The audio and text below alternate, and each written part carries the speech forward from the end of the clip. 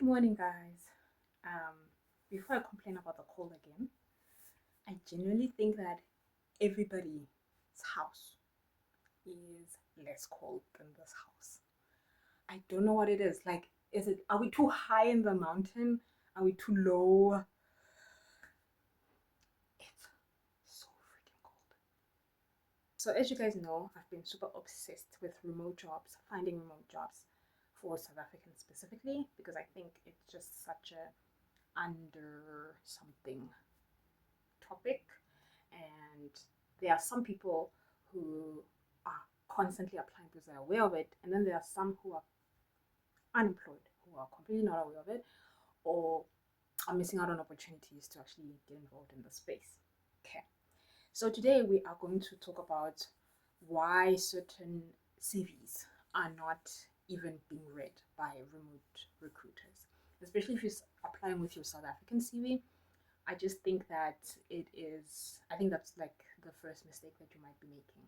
So we're quickly going to talk about it. I wrote a few things down because I wanted to be super accurate. And I'm also going to show you how to fix them, or tell you how to fix them. I want to talk about 3 red flags that are causing your CV basically not to be seen, not to be read.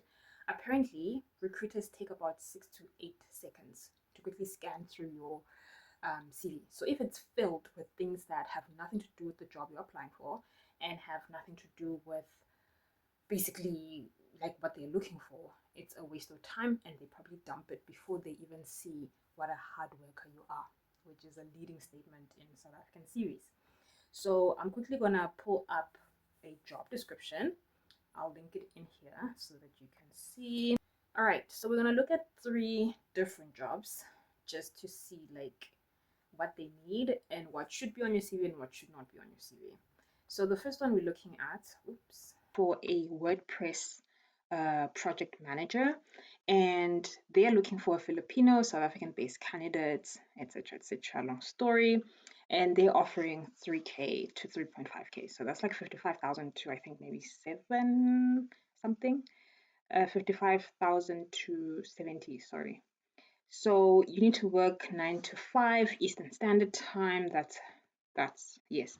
All right. So roles and responsibility: lead website kickoff calls and other client meetings in collaboration with the project management team.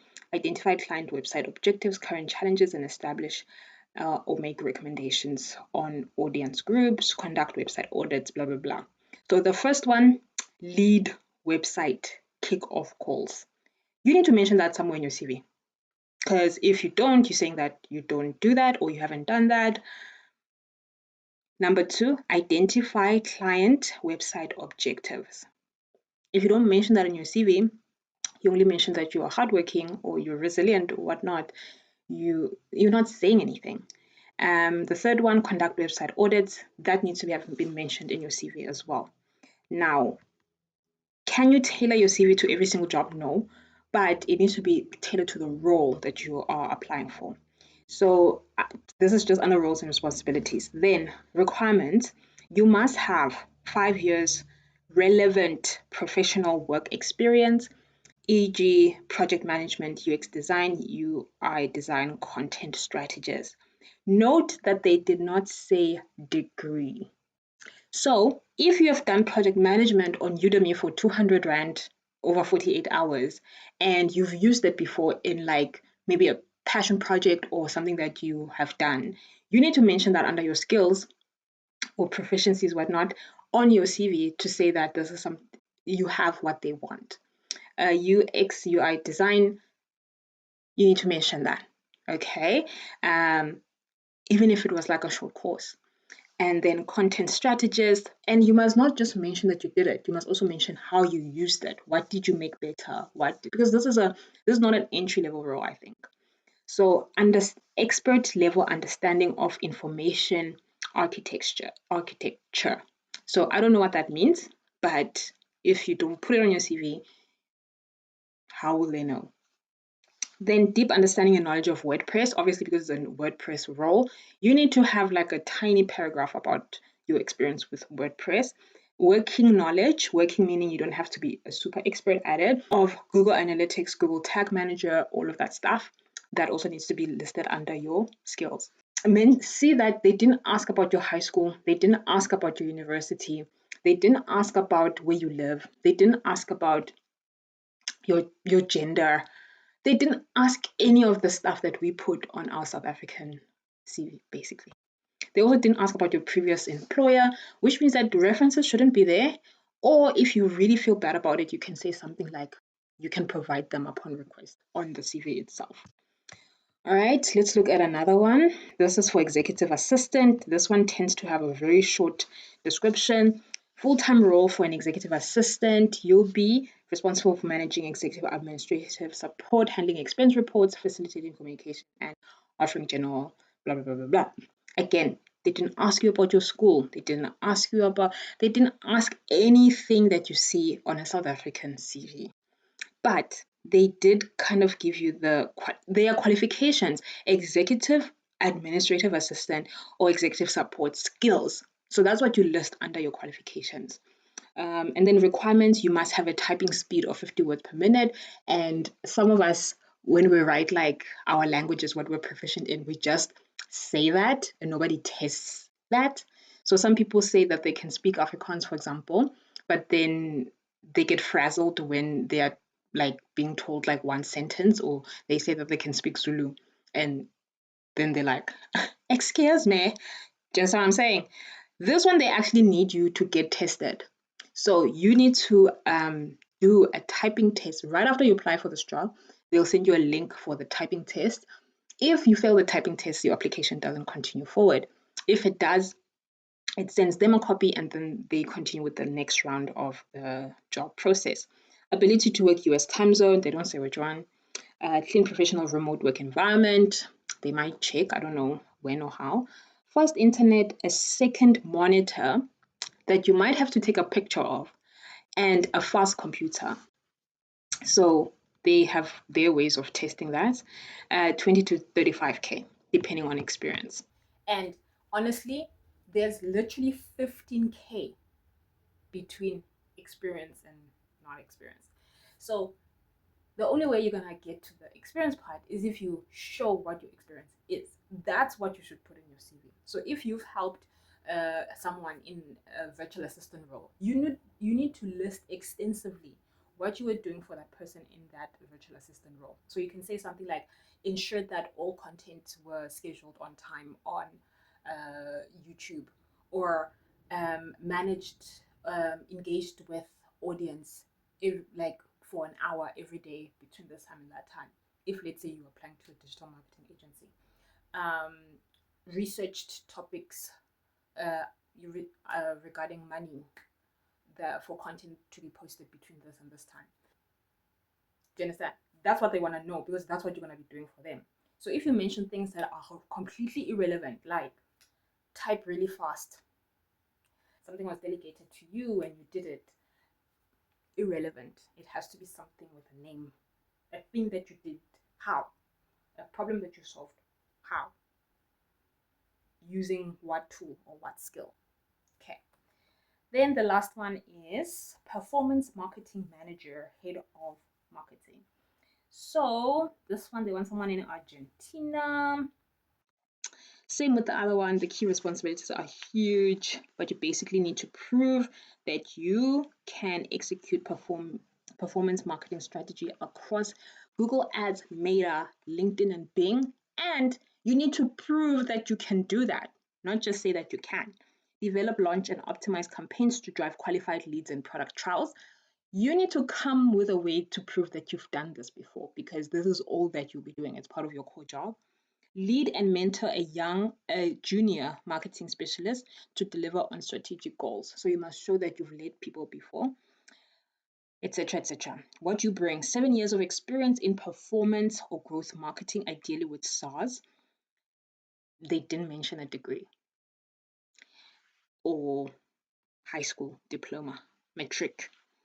Tools and platforms: Google Analytics, Mixpanel, all these things you must show that you know how to use them and that you have used them.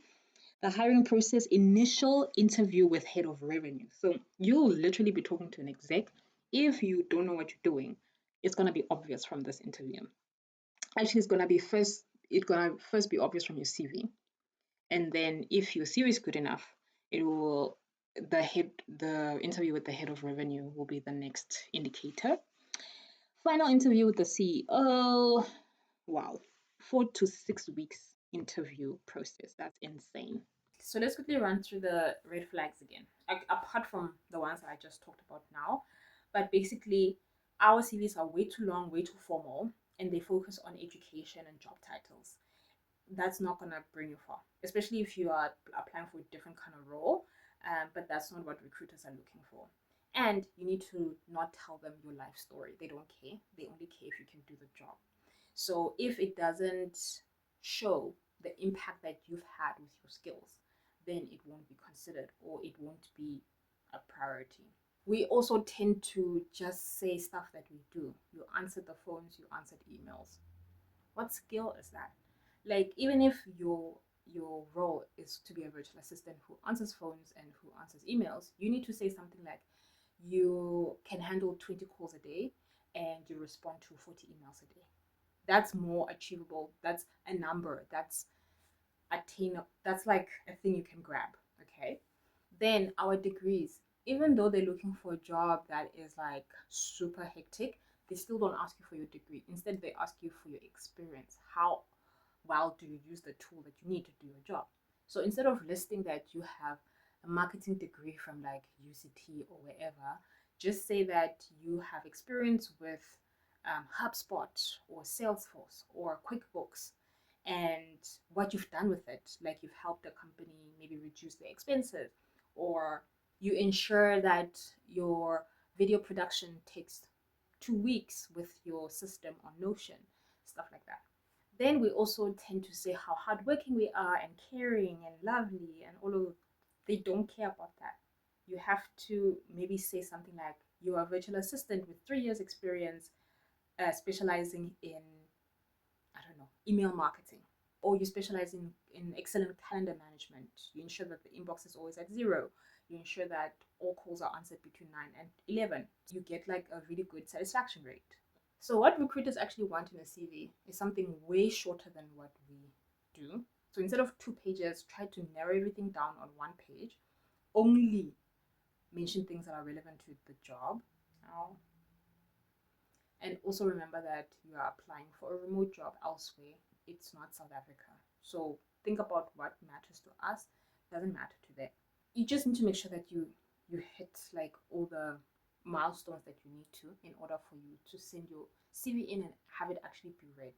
Okay? And if a cover letter is required, you need to nail your cover letter. And that needs to also be as punchy and effective as the CV itself.